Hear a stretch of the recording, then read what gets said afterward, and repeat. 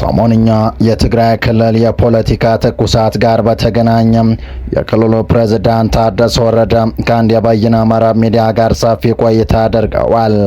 ስልጣናቸውን በሰላም ካላስረከቡ የሚል ዛቻ ከህወሓት የደረሳቸው ፕሬዝዳንት ታደሰ ወረደ በቆይታቸው ለህወሓት ማስጠንቀቂያ ምላሽ የሰጡ ሲሆን ስልጣናቸውን ለአንድ ተጨማሪ ዓመት ያራዘመላቸውን የፌዴራል መንግስትንም ትግራይን መቅጣት እንዲያቆም አሳስበዋል።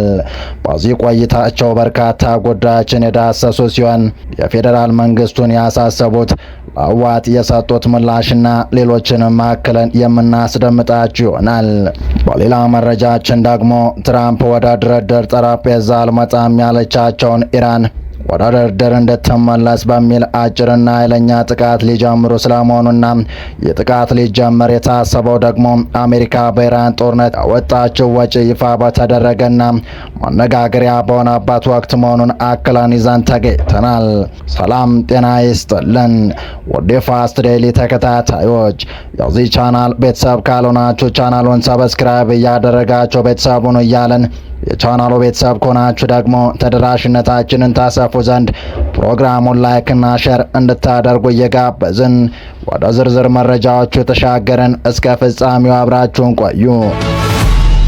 የትግራይ ጊዜያዊ አስተዳደር ፕሬዝዳንት ሌተናል ጀነራል ታደሰ ወረደ ዛሬ ምሽት ሬዲዮ ከተሰኘ በይነ መረብ ሚዲያ ጋር ቃለ መጠይቅ አድርገዋል።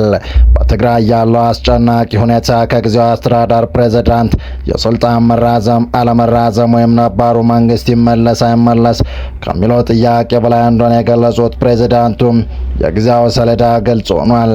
በ23 የድሮ የካቢኔ አባላት ይመጣሉ፣ በ24 ይጨርሳሉ፣ ውሳኔ ይወስናሉ፣ በዛ በ24 የክልሉ ምክር ቤት ፕሬዝዳንት ይመረጣል ብለዋል። ስልጣናቸውን በሰላም ካስረከቡ ችግር ይገጥማቸው በሚል ከህወሓት በኩል ጫና የበረታባቸው ጀነራል ታደሰ በወቅታዊ ጉዳዮች ላይ ተጨማሪ ማብራሪያ ሰጥተዋል። ጀነራሉ ስልጣናቸውን እንዲያስረክብ ከህወሓት በኩል ለቀረበባቸው ማሳሰቢያ በሰጡት ምላሽ ምንም ማስረክበው ነገር የለም፣ የአጥፊ አካሄድ ተገቢ እንዳልሆነ እየገለጽኩት ነው፣ የለም በዛ መንገድ እንሄዳለን ካሉ ግን እንደፈለጉ ያድርጉ ብለዋል።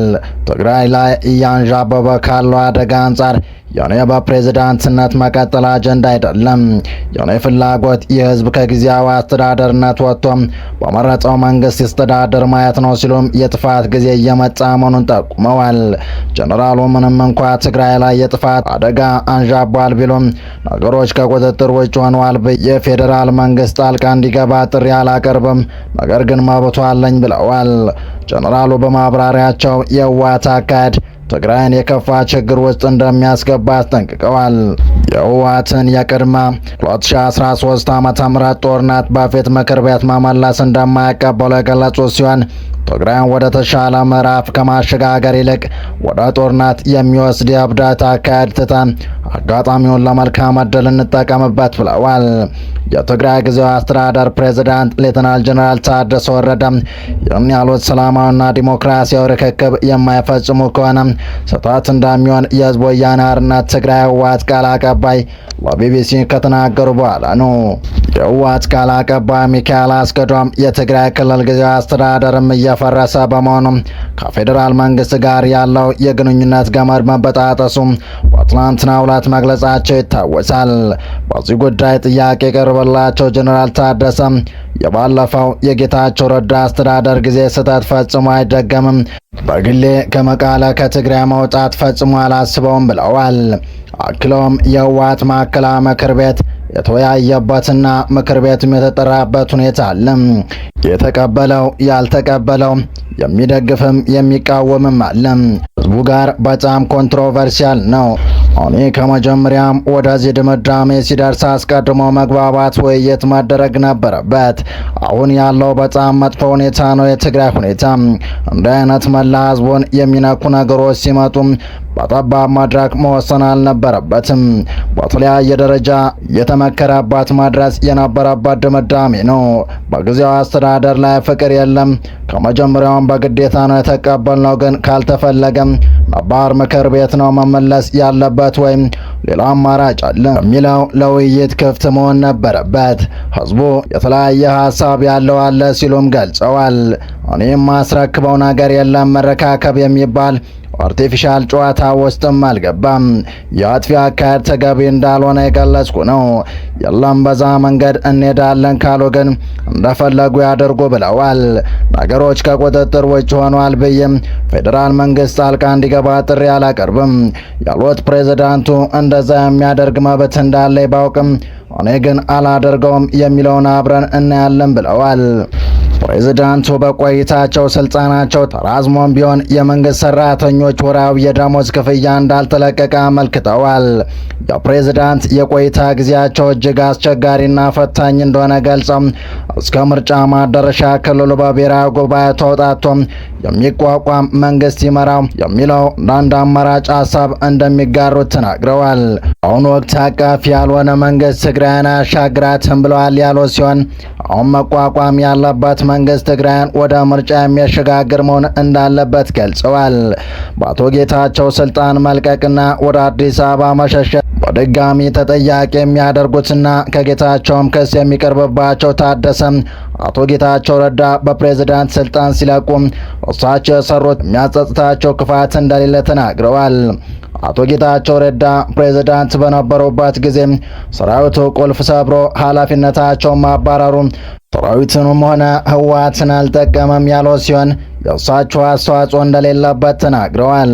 ሚያዝያ 2018 ዓ.ም የአሜሪካ ልዑካን ትግራይ መጥተው እሳቸውና የህወሓት አመራሮችን አግኝተው እንዳነጋግሯቸው የገለጹት ጀነራል ታደሰ በአሁኑ ወቅት በትግራይም ሆነ በፌዴራል መንግስት የእርስ በርስ ጦርነት አያስፈልግም፣ ውጊያው ለትግራይ ብቻ ሳይሆን እንደ ሀገርም አይጠቅምም ሲሉም ተናግረዋል።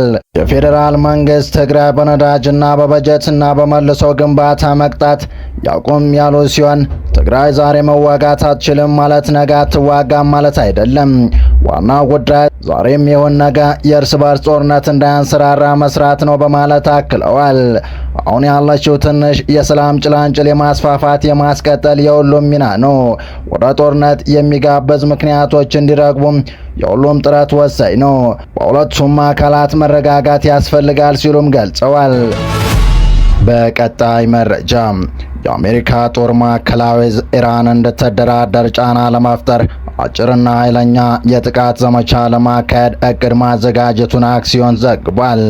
ትራምፕ ኢራን የባህር ላይ እገዳውን ለማንሳትና የሆርሙዝ ሰርጥን እንደገና ለመክፈት ያቀረበችውን ጥያቄ ውድቅ ማድረጉና ኢራን የአሜሪካን ጥያቄዎችና የኒውክሌር ስምምነትን እስክትቀበል የባህር ኃይል እገዳው እንደሚቀጥል አክሲዮን ተናግረዋል።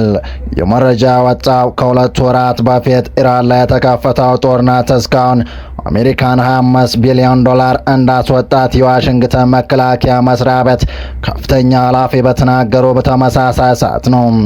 አሜሪካ በኢራን ጦርነት ምን ያህል ገንዘብ ወጪ እንዳደረገች በይፋ ሲገለጽ ለመጀመሪያ ጊዜ ነው። የአሜሪካ መከላከያ ሚኒስትር ፔት ኤግዜት ከኢራን ጦርነት ወዲህ ለመጀመሪያ ጊዜ በቃለ መሃላ ስር ሆነው በሰጡት 6 ሰዓት በቆየ የምክር ቤት ማብራሪያ ላይ ከዲሞክራቲክ ሕግ አውጪዎች ጋር ውዝግብ ውስጥ ገብተዋል። መከላከያ ሚኒስትሩ ትናንት ረቡዕ በተወካዮች ምክር ቤት የጦር አገልግሎት ኮሚቴ ፊት የቀረቡት ከአሜሪካ ጦር የጋራ ጦር አዛዦች ኃላፊ ጀነራል ዳን ኬንና ከመከላከያ መስሪያ ቤቱ የፋይናንስ ዋና ኃላፊ ጁሊየስ አርትስ ጋር በመሆን ነው።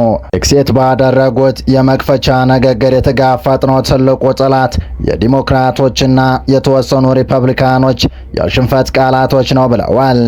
የኮሚቴው አባል የሆኑ ዲሞክራት ሕግ አውጪዎች ከኢራን ጋር በሚያደርገው ጦርነት የፌዴራል መንግስቱ ገንዘብ ጥቅም ላይ እየዋለ የሚገኝበትን መንገድ ተችተዋል። በመከላከያ መስሪያ ቤቱ የፋይናንስ ዋና ኃላፊ ሀርትስ ባደረጉት ንግግር እስካሁን ለጦርነት 25 ቢሊዮን ዶላር ወጪ መደረጉን ተናግረዋል። ሀርትስ እንደገለጹት አብዛኛው ገንዘብ የወጣው ለተተኳሽና መሳሪያዎችን ለመተካት ነው። የወጪው ሙሉ ዝርዝር ከጊዜ በኋላ እንደሚቀርብ ለሕግ አውጪዎች ተናግረዋል። አሜሪካና ኢራን የሰላም ንግግር ለማድረግ ተኩስ አቁም ላይ ቢደርሱም ጦርነቱ በይፋ አልተቋጨም። በምክር ቤቱ ውሎ ዋነኛ መነጋገሪያ ከሆኑ ነጥቦች አንዱ ገንዘብ ነው። ዋይት ሀውስ የአሜሪካ መከላከያ በጀት በ1.5 ትሪሊዮን ዶላር እንዲጨምር ለኮንግረስ ጥያቄ አቅርቧል። ከሁለተኛው የዓለም ጦርነት ወዲህ የአሜሪካ ወታደራዊ ወጪ በዚህ ደረጃ ከፍ ሲል የመጀመሪያው ነው። መከላከያ ሚኒስትር ሄግሴት የበጀት ጥያቄው ጊዜው የሚጠይቀውን አጣዳፊነት ያሳያል ሲሉ ለኮሚቴው ተናግረዋል። ጀነራል ኬን በበኩላቸው 1.5 ትሪሊዮን ዶላር አሜሪካ በፍጥነት የሚያድግ ቴክኖሎጂ መታጠቅ እንድትችል የሚያገዝ ለወደፊት ደህንነት የሚውል ታሪካዊ ቅድመ ክፍያ ነው ብለዋል። የኮሚቴው አባላት የሆኑ ዲሞክራቶች የአሜሪካ ጦር ኢራን ላይ የሚያካሄደውን ዘመቻ ብዙውን ጊዜ የሚገልጹት ያለ ኮንግረስ ፈቃድ እንደተከፈተ የምርጫ ጦርነት ነው። የካሊፎርኒያ ዲሞክራቲክ ተወካይ ጆን ካራሚንዲ ጦርነቱን በተመለከተ ከመጀመሪያው ዕለት አንስቶ የአሜሪካ ሕዝብን ስትዋሹ ነበር ሲሉ ባለስልጣናቱ ወቅሰዋል። ትራምፕ በሌላ የመካከለኛው ምስራቅ ጦርነት አጣብቂኝ ውስጥ ገብተዋል ሲሉም ለጊዜት ተናግረዋል። የምክር ቤት አባሉን አስተያየት ግድ የለሽ ሲሉ የጠሩት ሄግሴት በበኩላቸው ትራምፕ አጣብቂኝ ውስጥ ናቸው መባሉን አስተባብለዋል። ለትራምፕ ያለ ጥላቻ አውሯል ሲሉ የምክር ቤት አባሉን ተናግረዋል። የኮሚቴው አባል የሆኑ አብዛኞቹ ሪፐብሊካኖቹ ከመካከለኛው መስሪያ ቤቱ ጎን ቆመዋል። የኮንግረስ አባሉ ካርሎስ ኢራን የህልውና ስጋት ናት ብለው እንደሚያምኑ ገልጸዋል።